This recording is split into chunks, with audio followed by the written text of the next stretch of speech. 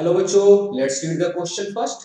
800 kilowatt of electric power at 220 volt is 15 kilometer away from the electric plant generating 440 volt, and the wire has a resistance of 0.5 ohm per kilometer and the town gets power through line this step down. ठीक है, estimate the power losses. तो बच्चों key concept for this question is first we have to find the resistance of the power line, and the resistance of the power line will be 0.5 into 15, and it is two wire line transmission, so into 2, and this will be 15 ohm. So बच्चों अगर हम current की बात करें तो current will be equal to current I will be equal to जो required power जो है वो 800 किलोवाट अपॉन 4000 वोल्ट की जो सप्लाई है, and it will be 200 ampere. So power losses will be equal to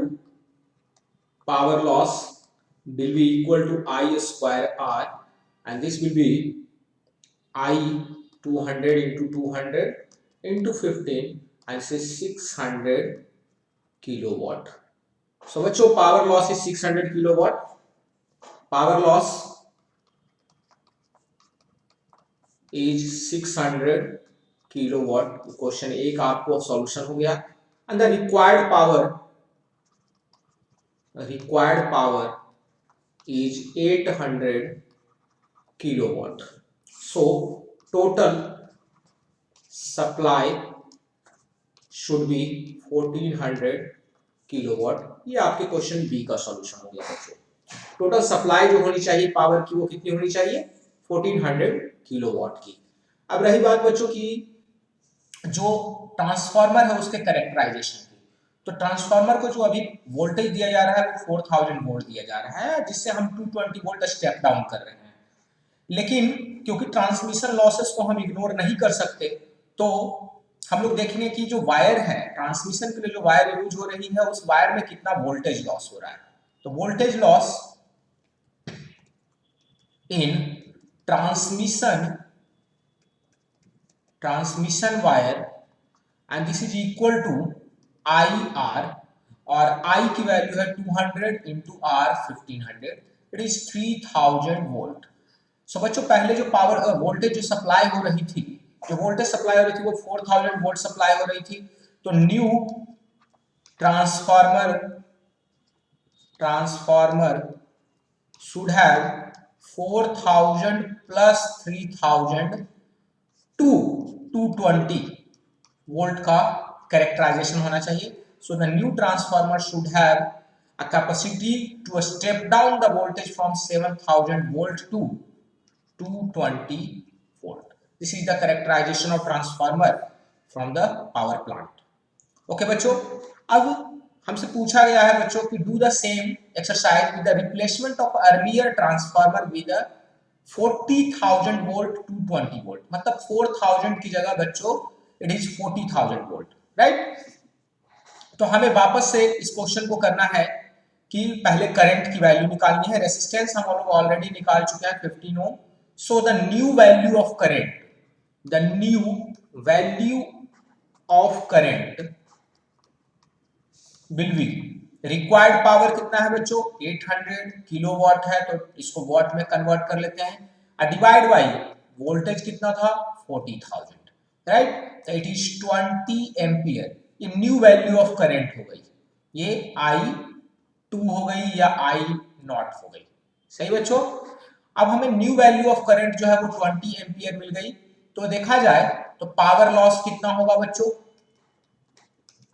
power loss I0 square into R हो जाएगी. 20 into R की वैल्यू जो है हमारी कितनी है?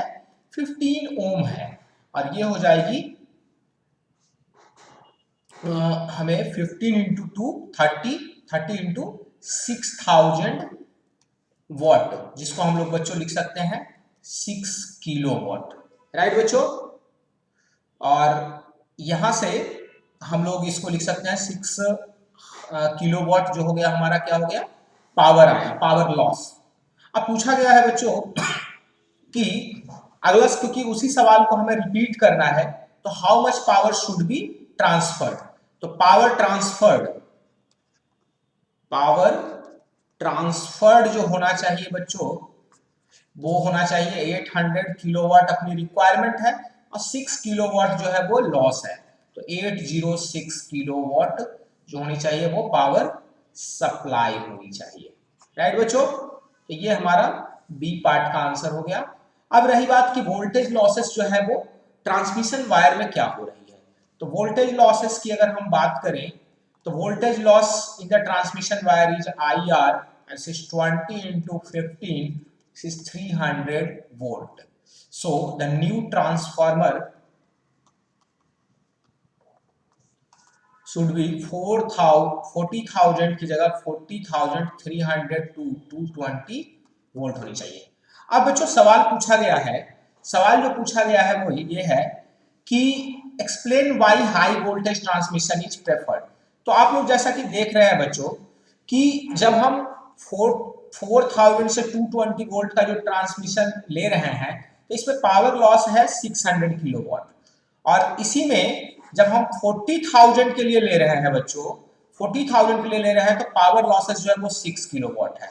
तो अगर हम इस क्वेश्चन को ध्यान से देखें, पहले पार्ट में 4000 टू 220 वोल्ट का जो स्टेप डाउन ट्रांसफार्मर है, इसमें लॉस ऑफ पावर कितना है 600 किलोवाट, और यहाँ पर 40,000 से 220 वोल्ट जा रहे हैं, तो जो लॉस है वो 6 किलोवाट है।